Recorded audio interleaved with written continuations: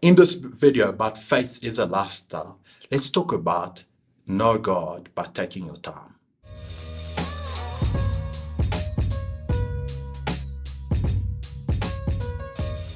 Something that life teaches us all is that we just need time to really get to know somebody. And so think about marriage, for example. The person you initially marry on that day is not the person that you end up being married to, right?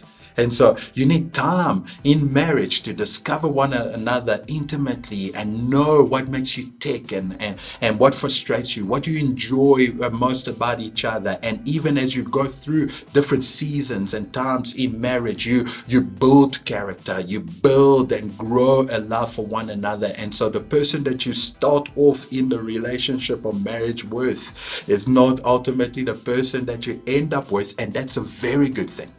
Think about friendships, for example. Sometimes the people that land up being some of our closest friends aren't the people that we start out with having necessarily chemistry or an immediate kindling to.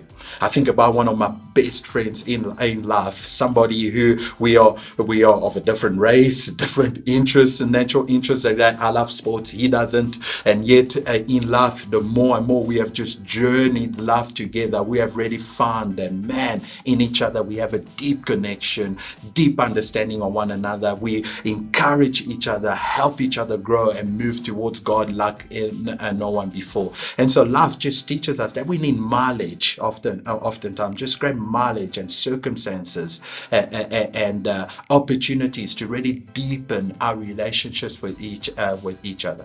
And so the same applies with God. If faith is a lifestyle, then knowing God must take time. The God that you begin or start out a relationship with isn't the God that you ultimately get to know later in the fullest. Not because God changes somehow. No, He never changes. But our ability to continue to deepen our understanding of God, to know Him and savor Him and love Him changes. And it changes as we grow in this relationship with God, beginning to understand Him through different seasons and times and circumstances as He transforms and changes our character. We just deepen our love and our understanding of God. And so knowing God takes time. You need to take your time as you're journeying with God, because faith is a lifestyle. And so God is giving you a lifetime opportunity to get to know Him and deepen your relationship with Him. Think about Hebrews 11. In Hebrews 11, the writer of Hebrews captures examples of the example of people who lived by faith. And in fact, in verse 2, it says, by faith, these people of old received their commendation. And so they were approved and accepted by God by faith. And yet, as you go through the names on the list, you find time and time over again, these are people that over the course of years, and even some of them hundreds of years are getting to know God and living a lifestyle of faith meant that they would spend time getting to know God. And so you think about Noah taking about over 100 years to build the ark. Think about it, over 100 years. Building this ark, continually getting to know God for 100 years. I bet you the God that Noah first heard, who commanded him to build that ark, is not the God that he lands up ultimately fully knowing as he spends the time journeying with God. Abraham is another example. It takes about 25 years or so between the promise that he receives from God about Isaac being born to the day that Isaac is born, and the significance of the life that he goes on to live with Isaac. So again, time being spent getting to know God. Moses, another example that we found.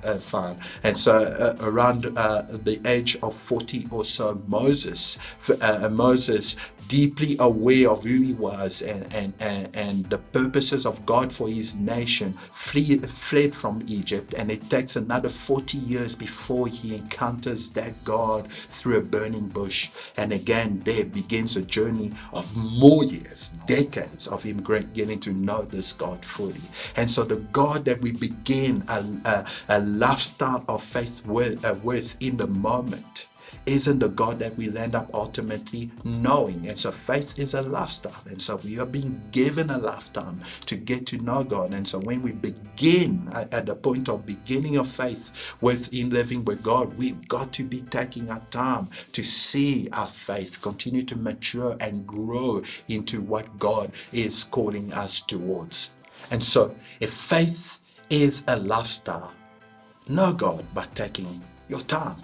Now, by that, I don't mean be lazy or just be complacent in your pursuit towards God. No, I'm saying take the time to grow and learn about this God that is calling you into a relationship with Him. And so it will not just happen in an instant. We got to be patient as we are journeying with God, as He takes us through the ups and downs and valleys and mountains and circumstances and change in our lives. We got to be prepared to be patient through it all, taking our time, because we have a lifetime of getting to know God and savoring Him and enjoying Him forever. Now, of course, there's a risk to that, because think about marriage, for example.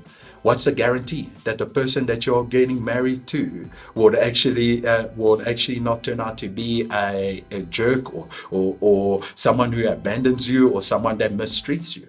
Or think about our friendships in life.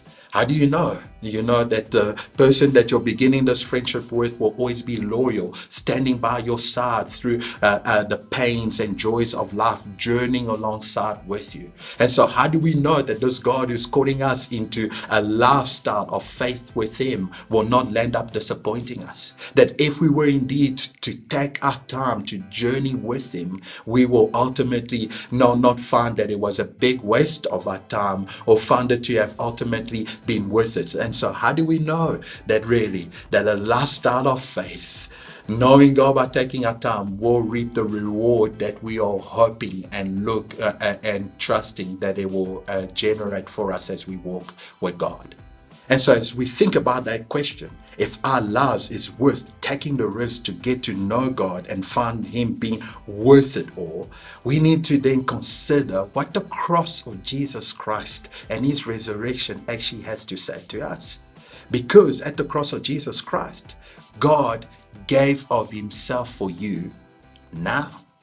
He gave of Himself for you now. And He didn't just give of Himself for you now in the death of Jesus Christ, but also in His resurrection. God is showing that He wants you to get to live with Him now and continually. And so by the gift of Christ and His death and His resurrection, God is giving of Himself for you, saying that I am worth it all. I am committed to you. I'm desirous of living this, of you living for me and alongside me, as I bring the fullness of joy and life that you desire in this particular lifetime.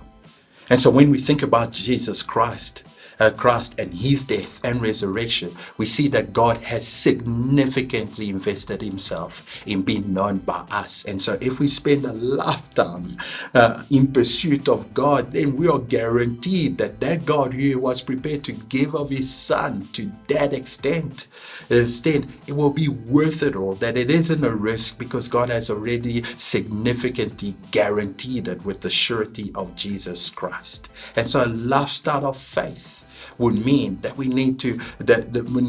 if we want to really truly know God, we got to take our time.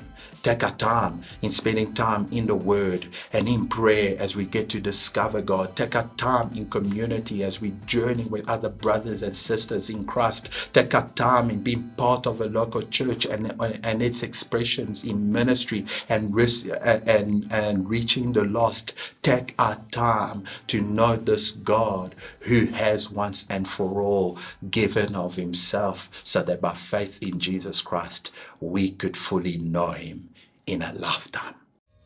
If this video has been encouraging to you, then why don't you like it, and then please share it to others that you think would also find great encouragement in it. See you in the next video.